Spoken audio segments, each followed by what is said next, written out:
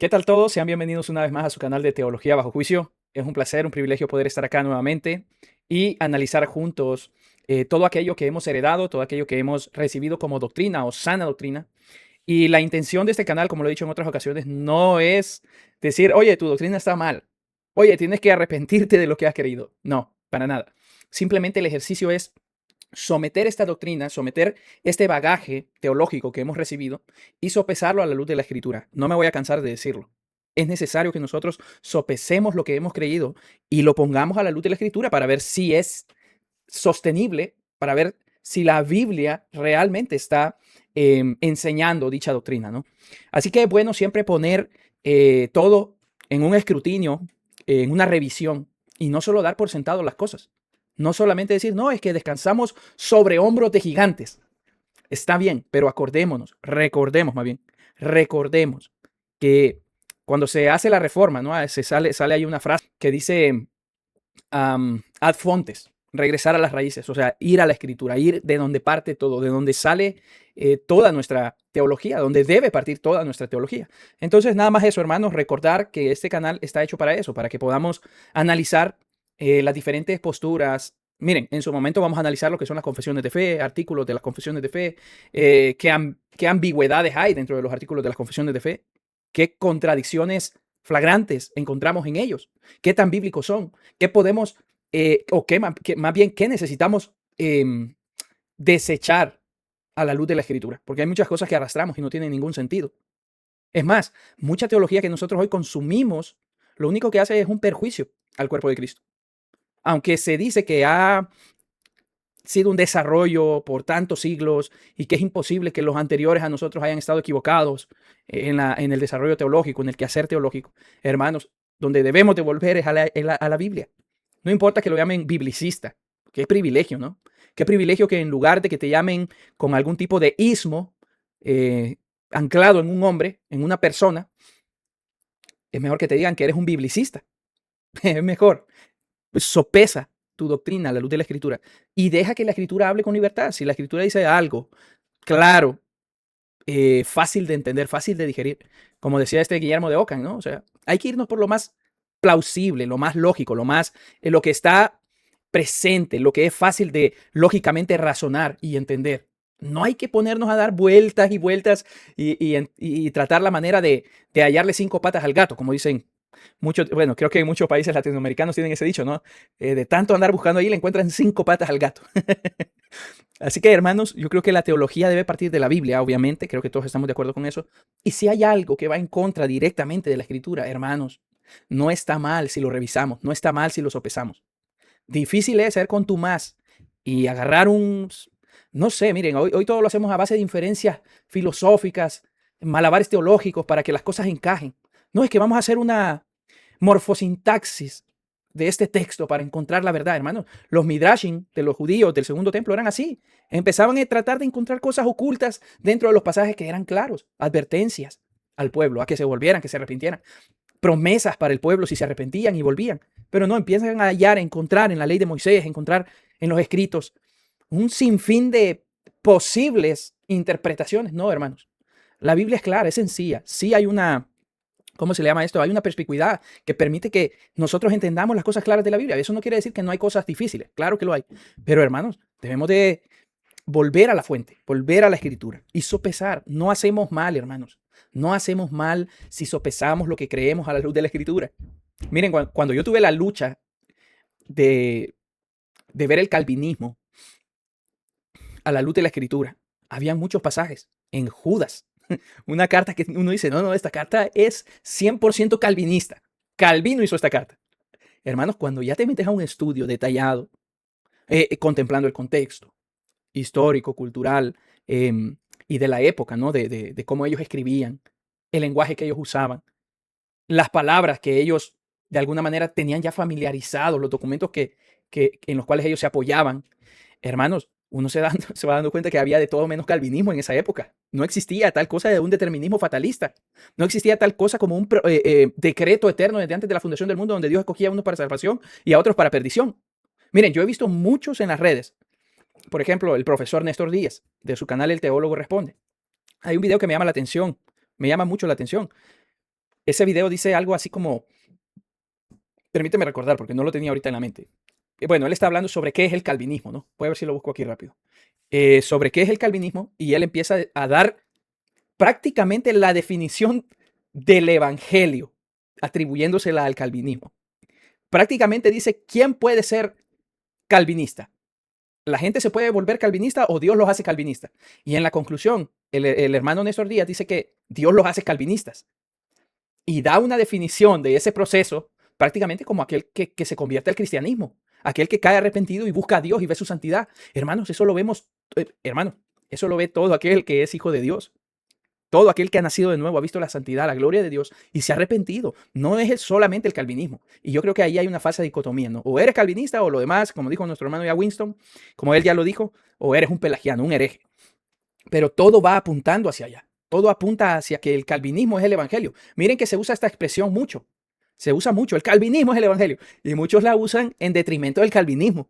Pero hermanos, yo he estado leyendo algunos reformados y creo que es Bodner, él dice que la doctrina de la elección, y lo voy a traer adelante en algún momento, ¿no? Pero él dice que la doctrina de la elección es equiparable al calvinismo, al evangelio, perdón, al evangelio. Y que aquel que niegue la elección incondicional, fíjense bien, aquel que niegue la elección incondicional, este está negando también el evangelio, Dios mío. O sea, estás equiparando una parte al todo. O sea, si respetamos tu doctrina calvinista, porque la respetamos, la entendemos, yo he salido de allí, yo la he digerido y por eso mismo he salido de allí. Hermanos, o sea, no es la parte, ¿no? Si respetamos la doctrina calvinista, no es la elección incondicional, porque para ellos allí gira todo en torno a esa doctrina. Todo está girando en torno a la elección incondicional en el calvinismo. Aunque la base y el fundamento también es la depravación total. Pero bueno, ¿por qué digo esto? Porque Bodner dice que el que niega la elección incondicional está negando el evangelio.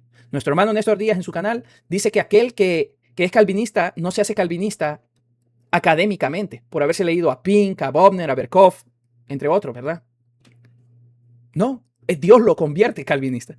Hermanos, a mí me resulta un poco gracioso, ¿no? Porque es evidente que hay muchas ramas interpretativas, soteriológicas. Y yo creo que es válido en esa perspicuidad de las escrituras que nosotros podamos tener allí algún tropezón, podamos tener ahí alguna falta de entendimiento. Es válido, todos lo tenemos, todos somos ignorantes en algunos temas, ¿no? Y esto es muy extenso, pero equiparar el evangelio con el calvinismo, eso es un error. Eso es un error. O sea, estamos hablando de que los escritores del Nuevo Testamento tenían el mismo concepto de elegidos, de predestinados, que los reformadores del siglo XVI. No, ese pensamiento, esas palabras que, no voy a decir secuestraron, pero que acuñaron, ¿no? En la reforma, la elección, la santificación, la predestinación, hermanos, le dieron otra resignificación de su época, filosóficamente hablando. Lo hicieron desde la filosofía, del pensamiento filosófico, neoplatonista, aristotélico. O sea, no era una definición de los judíos, ni de los judíos del Segundo Templo, ni de la época de Cristo. Ellos tenían otro concepto de elección. Y si ustedes se van al Antiguo Testamento, lo van a ver. Siempre fue corporativo. Siempre fue, si ustedes hacen esto, como lo dice, creo que es Éxodo 19, si ustedes se mantienen así, entonces será mi pueblo. No es al revés. Dios sí da condicionales dentro del pacto. Y en este pacto de gracia también, si permanecéis en Cristo, si hacéis las obras que Él hace, si cumplís la voluntad del Padre, entonces seráis mis discípulos, las ovejas, los que siguen al pastor. ¿Entienden, hermano? Bueno, me extendí en esto, ¿no? Pero me parecía pertinente porque vean lo que se ha, ¿cómo se le puede decir a esto? Vean lo que se ha heredado, vean lo que se ha heredado. Tenemos, bueno, no sé quiénes de acá conocen un poco del gnosticismo, del estoicismo y esas escuelas del primer siglo, segundo siglo, escuelas filosóficas, ¿no? Pero el gnosticismo, hermanos, el gnosticismo, la enseñanza más amplia, así a grandes rasgos, ¿no? No me voy a poner a detallar, pero el gnosticismo lo que enseñaba era que solo algunos elegidos iban a tener cierta gnosis, cierto conocimiento, cierta luz hacia sus vidas, y el resto no. Y que estos eran los predilectos, los elegidos, para aportar tal conocimiento Y eso los hacía diferentes al resto, porque al resto se les había privado ese conocimiento, no lo iban a poder recibir. Hermanos, y yo hago este video porque en el video anterior, donde hablo acerca del hermano Winston y sus fuertes declaraciones, ¿no? En respecto a que todos los que no son calvinistas son pelagianos, algún comentario que me llama la atención, comentarios así me llaman la atención porque sé que no son los únicos que piensan de esa manera. Pero, por ejemplo, una persona me hace un comentario y me pone, bueno, él no está de acuerdo con el hermano Wisto y sus declaraciones, aunque es calvinista, pero no está de acuerdo, y eso se entiende. Yo sé que van a haber calvinistas que no van a llegar a las últimas consecuencias lógicas de su doctrina. El hermano Winston ha llegado a esas consecuencias lógicas porque ha rumiado la doctrina desde hace mucho tiempo. Incluso llegó un momento en su vida donde él se apartó del calvinismo porque lo entendió, pero luego vuelve, ¿no? Y ha vuelto al calvinismo y ahora más duro. O sea, él es el mayor exponente del calvinismo en el mundo. Hispano, ¿no? Tenemos a James White del lado angloparlante, pero bueno, volviendo al punto. Él hace estas fuertes declaraciones, es un máximo exponente de la doctrina de la gracia, y él dice, no, todos los demás herejes, pelagianos. Y bueno, me coloca esta persona en ese comentario y me dice, yo no estoy de acuerdo con Winston. Perfecto. Él es calvinista. Me dice, no estoy de acuerdo con Winston. Excelente. Pero me dice, pero tú haces una caricatura, o sea, un muñeco de paja, al explicar lo que es el calvinismo. Yo no estaba explicando qué era el calvinismo. Yo en el video anterior la crítica iba orientada hacia los efectos nocivos que causa el calvinismo en las personas que lo logran entender a cabalidad, que lo logran comprender, y eso permea su vida. Claro que sí, claro que lo hace. Eso es lo que hace la doctrina del calvinismo, porque nuevamente no parte de un fundamento bíblico. Eso de la analogía fide, hermanos, lo que hacen solo está recortando. Miren, si ustedes se van a la Confesión de Fe de Westminster, ustedes van al capítulo 3, que es los decretos de Dios, creo que se llama. Perdón. Y los cánones de Dort también lo hacen así. Hermanos, ustedes se van a la Confesión de Fe y abajo de la doctrina, ¿no? Abajo de la enseñanza. El decreto de Dios desde antes de todos los tiempos y por el puro beneplácito de su voluntad, etcétera, etcétera, etcétera. Y abajo hay como 100 textos de prueba. Hermanos, hay 100 textos de prueba para sostener la doctrina, ¿no? La analogía fide en su máxima expresión. Hermanos, nosotros nos vemos,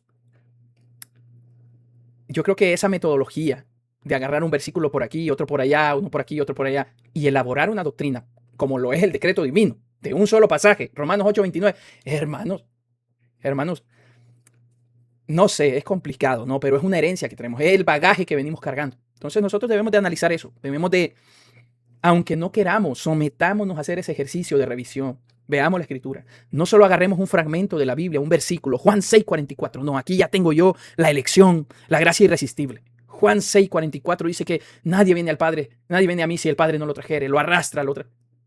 Y no vemos el contexto, ni sabemos qué hay en Juan capítulo 5, ni sabemos qué hay en Juan capítulo 6, pero el versículo 44 del capítulo 6 de Juan, ese sí lo manejamos al dedillo.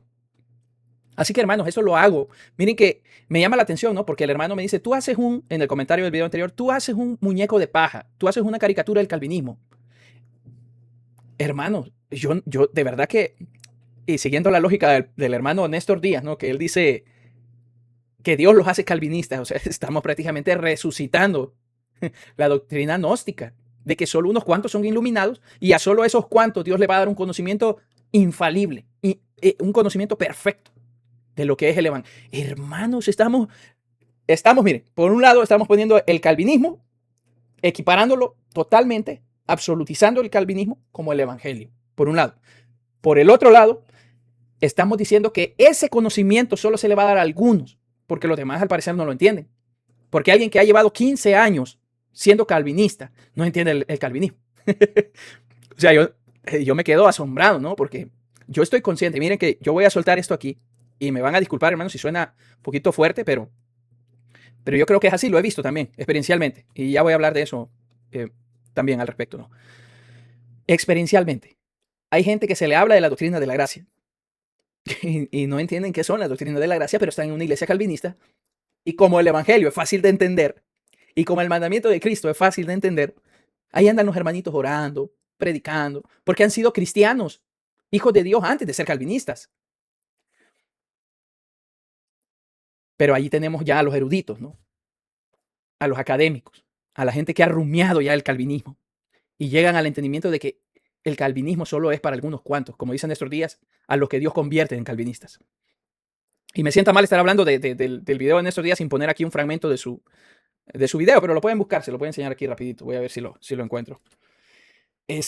Hermanos, realmente nosotros al hacer esa comparación, ¿no? Déjenme buscarlo aquí rápido.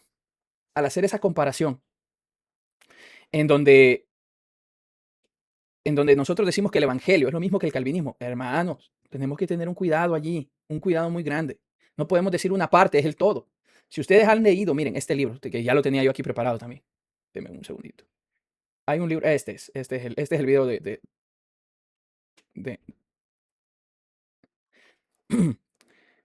bueno, voy a tratar de hacerlo aquí. A ver si sí. Bueno, este video, si ustedes gustan, lo ven. Solo Dios puede hacerte calvinista. Se ve como una declaración, ¿no? En el video. Él lo explica al inicio. Él dice que era una pregunta y no una declaración. Su video inicia siendo como una pregunta. ¿Solo Dios puede hacerte calvinista? No una declaración, como se lee ahí, ¿verdad? Esto en honor a la honestidad, hermano. Sin embargo, en su video, sí, el hermano Néstor sí dice que solo Dios puede hacerte calvinista. Ni leerte a Bodmer, a Berkhoff, a Bavinck, a Turretin, a quien sea, hermano. A Edwards. Usted se puede leer al reformado más grande, pero ni aún así vas a entender el calvinismo. Ni aún así vas a hacerte calvinista. Porque dice el hermano Néstor en este video que son calvinistas los que son transformados de corazón. Que es algo del corazón. Hermano, yo no sé si dentro del cristianismo hay una élite más, ¿verdad? Donde solo están los calvinistas a los que se les ha dado un conocimiento supremo. Yo no sé. Pero al parecer eso transmiten.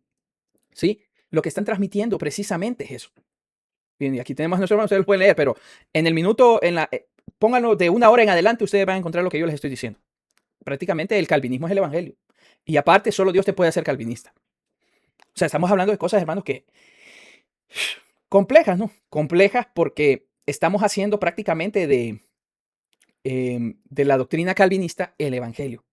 Y no solo eso, sino que estamos diciendo y reviviendo la doctrina gnóstica, en donde solo unos cuantos tenían la bendición, digámoslo así, de recibir una gnosis, un conocimiento secreto, oculto. Nadie más puede. Entonces, lo digo esto, hermanos, porque en el video que yo subí antes, en ese video, me comentaba una persona, ¿no? No, es que tú haces una caricatura del calvinismo. Tú no lo entiendes, hermano. Llevo 15 años rumiando la doctrina calvinista.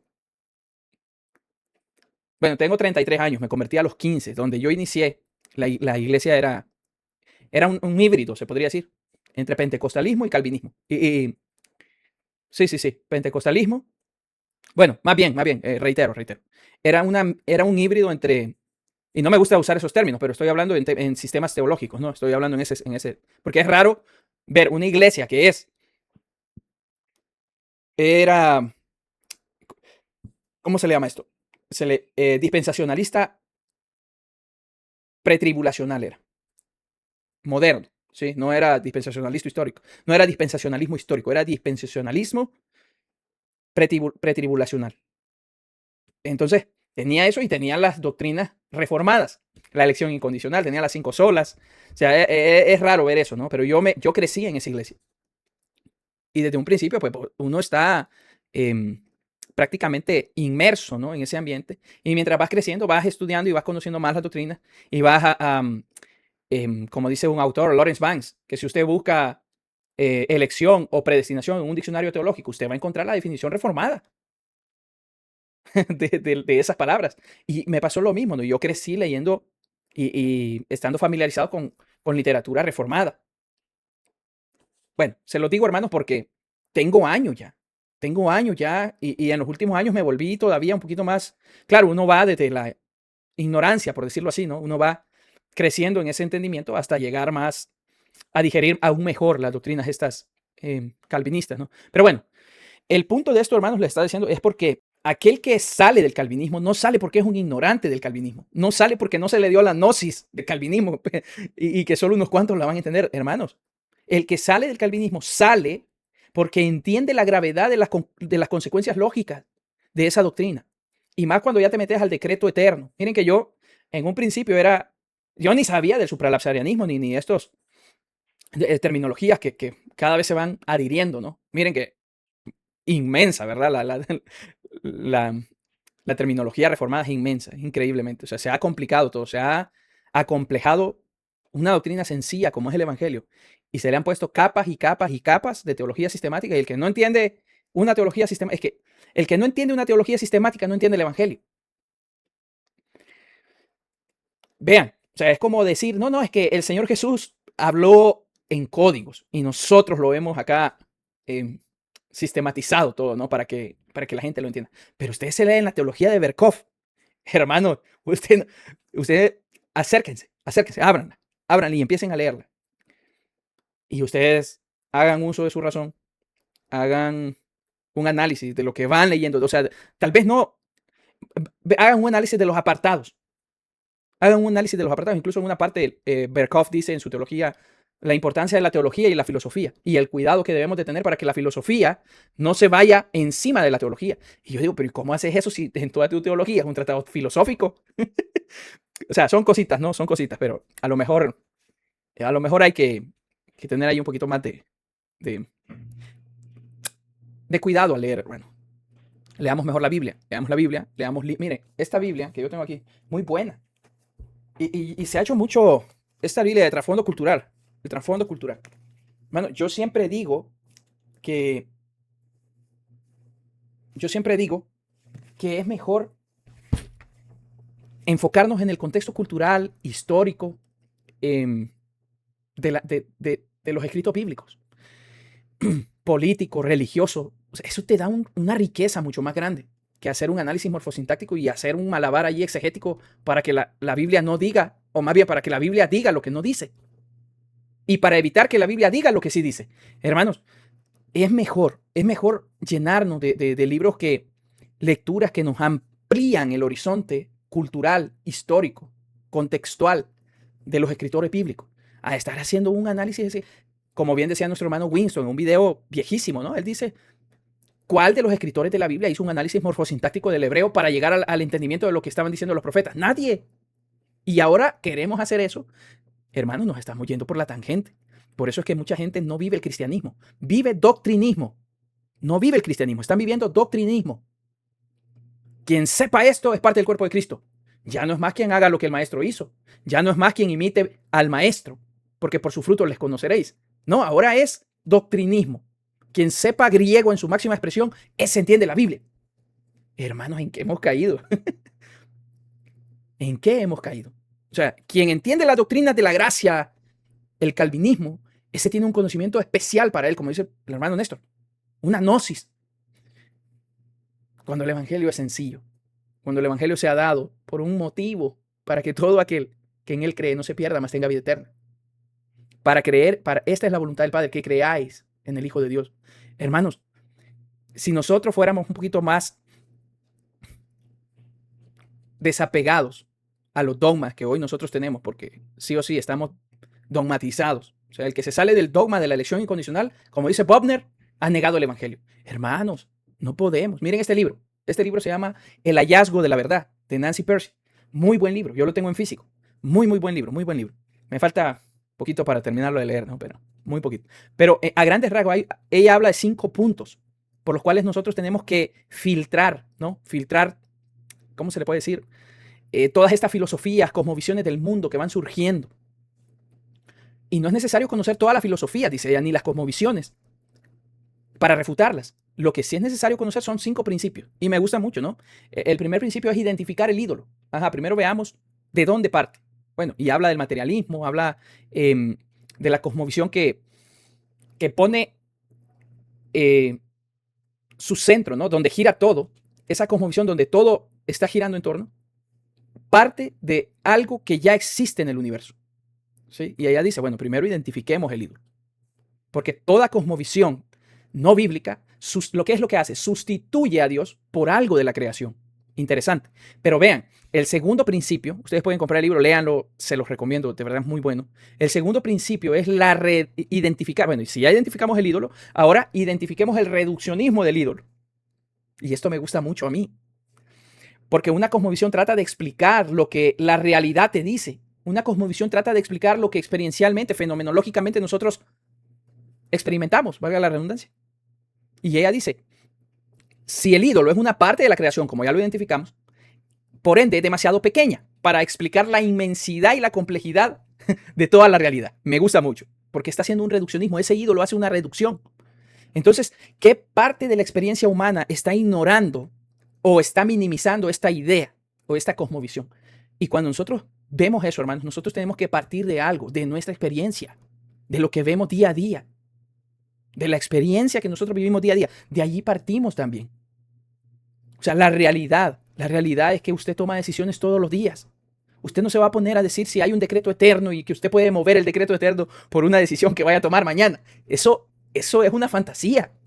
Nadie puede ir al futuro o al pasado y cambiar algo. Eso es una fantasía. Nadie puede hacer teología de puras especulaciones, de estar especulando.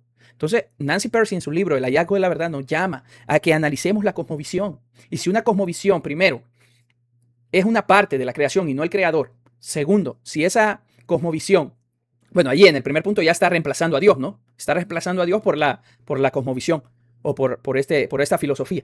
Segundo, y ahí me voy a quedar ahí porque solo voy a poner un video y ahí vamos a ir terminando ya. Segundo, identificar el reduccionismo del ídolo. ¿Qué es lo que? Porque al ser el ídolo una parte de toda la realidad, es lógico que ese ídolo no va a poder dar explicaciones al resto de la realidad. Va a tratar de meter todo lo que pueda interpretar esa cosmovisión y el resto lo va a dejar afuera. Y ahí habla del materialismo, del ¿cómo es que se le llama esto? Del materialismo, habla de diferentes corrientes filosóficas modernas, el empirismo y así entre otras, ¿no? Pero bueno, no me quiero quedar ahí porque eso no lo traía preparado, pero bueno. El punto es que todas estas cosmovisiones niegan la libertad del hombre, niegan la conciencia, niegan que existimos físicamente, niegan muchas cosas, niegan la moral, hermanos, niegan la moral. Y a mí me gustaría que todos pudiéramos, los que van a ver ese video, ¿no? Pudieran de alguna manera, aplicar esos principios a las doctrinas incluso que nosotros convivimos con ellas. Porque muchas doctrinas prácticamente lo que hacen es un reduccionismo. El ser humano no tiene libertad, porque ya hay un decreto divino, un decreto eterno donde Dios, desde antes de la fundación del mundo, hizo todo lo que Él quería hacer.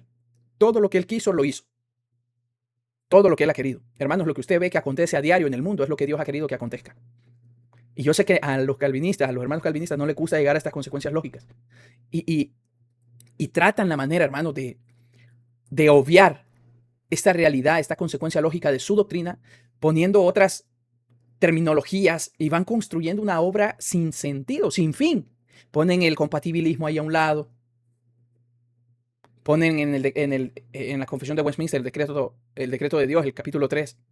Dios es el autor de todas las cosas, incluso del mal, sin ser él responsable del mal. ¿Cómo es eso? Es una contradicción lógica. Y vean que el tercer principio de este libro que les estoy poniendo en pantalla, El hallazgo de la verdad, habla sobre eso. Probar la cosmovisión. ¿Contradice lo que sabemos sobre el mundo? ¿Contradice lo que sabemos sobre la realidad, sobre la experiencia que vivimos?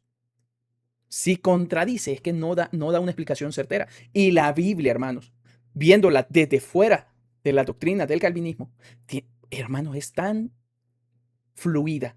No tenés que hacer una morfosintaxis para ver que el texto no está diciendo lo que está diciendo. Simplemente lo aceptás porque lo está diciendo y porque tiene un hilo de pensamiento. El argumento de la escritura cae por su cuenta, va fluyendo. Y es hermoso, es muy hermoso. Pero bueno, hermanos, hago este video precisamente para que nosotros sopesemos, no digamos eso de que ustedes no entienden el calvinismo, hacen muñeco de paja. No, si es que si uno sale del calvinismo es porque lo ha llegado a entender. Hermanos, yo fui, y eso se me olvidó decírselos, ¿no?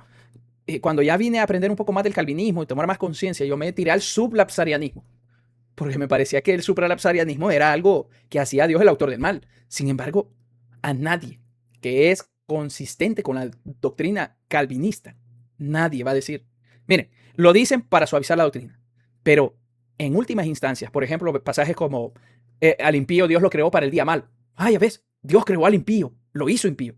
Romanos 9, de la misma basa de barro, Dios hace a unos vasos de ira y a otros vasos de honra.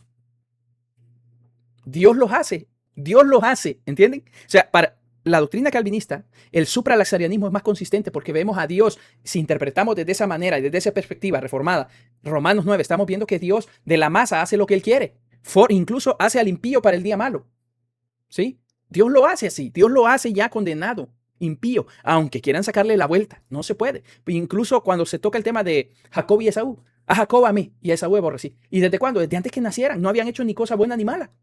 Y si lo interpretamos desde la postura calvinista, a uno lo reprobó porque quiso, antes de que hiciera algo malo. No es que primero hizo algo malo y después lo condenó, como dice el infralapsarianismo. No, lo hizo malo. Ya él hizo un vaso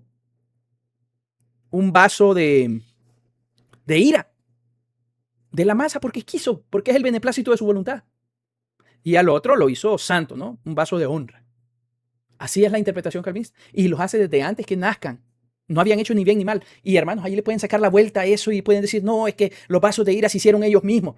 Pero en el decreto de Dios, Dios es el que hace todas las cosas. ¿Entienden? Es una contradicción flagrante.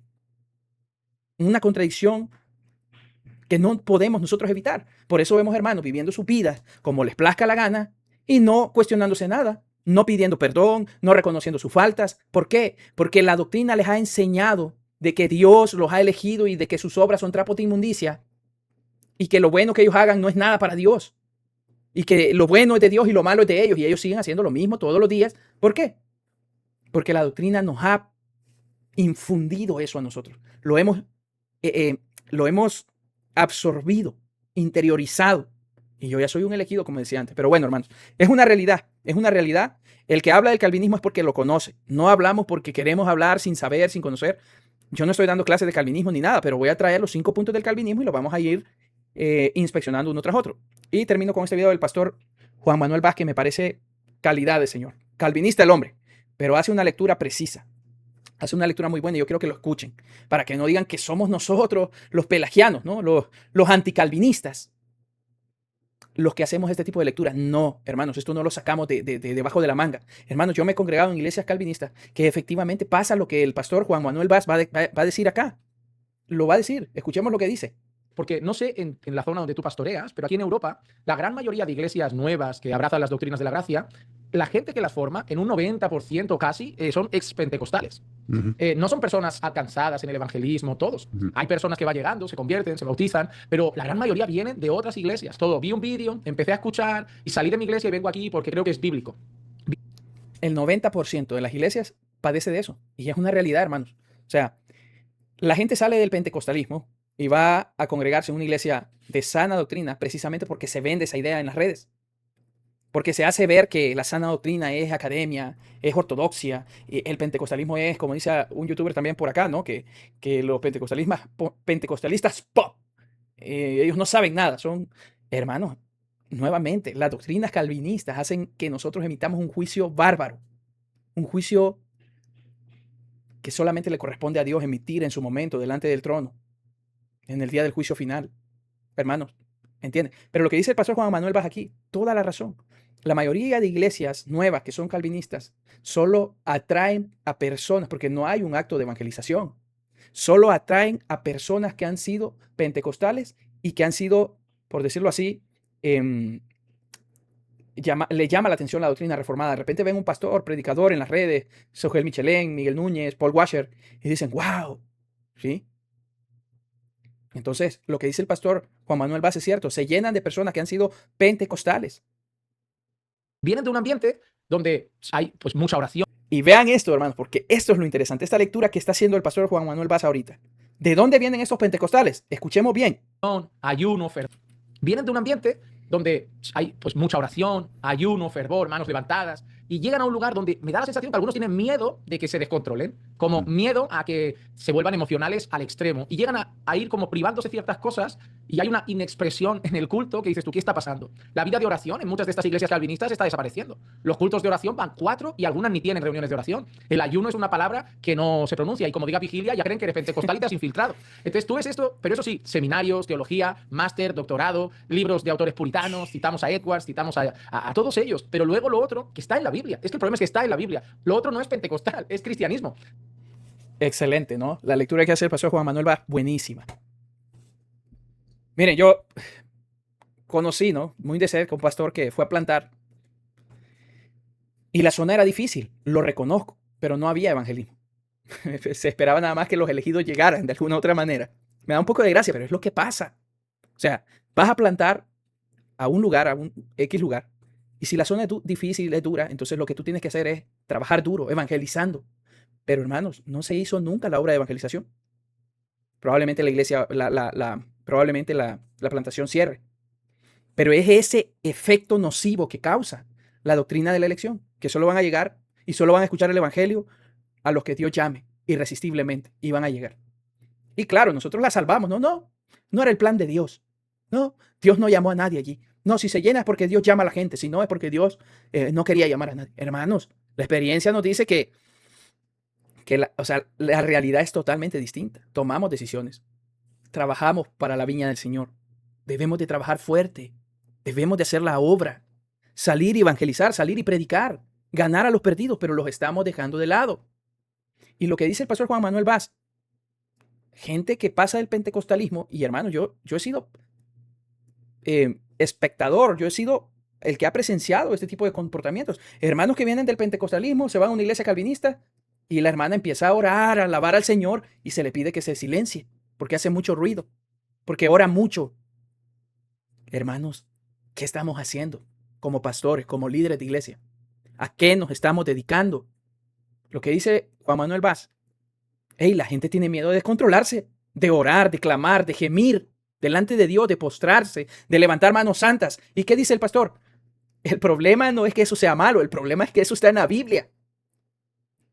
Y no es sensacionalismo, es una búsqueda como el ciervo brama por las corrientes de las aguas. ¿Cuándo vamos a hacer realidad ese pasaje?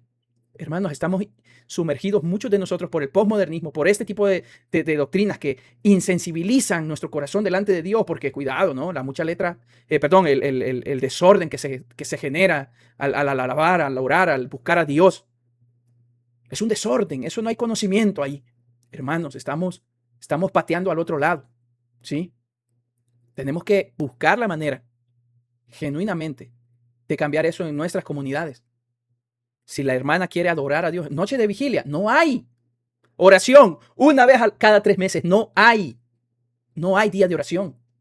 Y el que ora mucho, cuidadito, hermana, por favor, guarde silencio porque mucho está orando. Ya se extendió 3 minutos en su oración. Hermanos, es increíble. Es increíble. Y la lectura que hace Juan Manuel Vaz, que es calvinista, no la está haciendo un provisionista, no la está haciendo un pentecostal, no la está haciendo un arminiano, wesleyano, ni un pelagiano, le está haciendo un calvinista. Y es cierto. Y él habla, vean el título de su video, Reformados, Calvinistas y el orgullo intelectual. Sopesemos. Yo sé que hay hermanos que no entienden mucho o a profundidad las consecuencias lógicas del calvinismo. Y ellos viven el cristianismo aún mejor porque han sido cristianos antes de ser calvinistas. Y les gana más la parte cristiana que la calvinista. Porque cuando ya llegan a entender qué es el calvinismo, es una élite. Un lugar donde solo algunos elegidos van a poder tener la gnosis correcta. Así que, hermanos, analicemos eso. Y no tengo más para decir, nada más que busquemos parecernos a Cristo. Si hay algo que denunciar, hagámoslo con amor. Si hay algo que denunciar, hagámoslo desde la verdad, pero con amor. Vean que yo aquí no me he puesto a decir, no, este hermano es un pelagiano, no, aquel hermano es un hereje, no, que la doctrina es del diablo. No, estoy diciendo que los efectos que causa el determinismo, que el calvinismo enseña, es nocivo para muchas personas. Y más que todo para pastores y líderes, quienes han rumiado más la doctrina. Como dije en el otro video, saquemos a estos pelagianos de la iglesia. ¿Y qué pasa? No hay ningún cargo de conciencia ya en ellos. Están insensibles. ¿Por qué? Porque en la doctrina ellos entienden que los elegidos serán salvos. Y que yo los haya echado de la iglesia o que yo los haya excomulgado. Bueno, si son elegidos, Dios los va a salvar en su momento. No pasa nada. Y si no son elegidos y los echamos, es que nunca fueron parte de nuestra iglesia. Nunca fueron parte de nosotros. Cuidado. Mucho cuidado, evaluémonos, sigamos leyendo la Biblia, oremos, busquemos la presencia de Dios. Esto es para todos, para mí lo es. Me falta mucho. Soy un pecador, ¿sí? Me falta demasiado, ofendo a Dios. Que Dios nos ayude a seguir adelante y hacer de su palabra no un estilo nada más, no un momento, no, hacer la vida en nosotros. Hacer la vida, hermanos. Oremos los unos por los otros, que este tipo de orgullo intelectual que se mueve en las redes, que no traen nada bueno, que nosotros podamos empezar a dejarlo de lado. Vean, si usted es pastor, dedíquese a pastorear. Dedíquese a hacer la labor de pastor. Con amor, cuide de sus ovejas. Cuídelas, ámelas. Que no, que una oveja me dio la espalda, ámela. No, que la oveja no me gusta, ámela. No, que la oveja no es calvinista, ámela. Porque de todo esto vamos a dar cuenta un día. De todo esto vamos a dar cuenta. Ya sea que hayamos hecho lo que el Señor nos pidió, o sea que hayamos sido de aquellos que matan a la oveja, se sirven de la oveja, comen de la oveja, maltratan, como los pastores, ¿no?, del tiempo de Cristo. La reprimenda era para ellos, porque en lugar de estar haciendo la labor de pastor genuinamente y de corazón, no, y andan buscando donde, no, es que yo siento el llamado. Claro, si te van a pagar $1,000, $1,200 para ser pastor, ¿cómo no vas a sentir el llamado? Ya bien decía un hermano aquí, que con el que comparto mucho también, que en los países de Latinoamérica no hay mucho llamado, porque allá no hay mucho dinero, ¿no?, que ofrecerle a los pastores. Pero aquí en Estados Unidos, hermano, todos son llamados. Te aprendes Juan 3:16 y probablemente Dios esté tocando a tu puerta para llamarte al pastorado. Y después ahí andas buscando dónde poder, que no funcionó en un lugar, bueno, me voy a otro.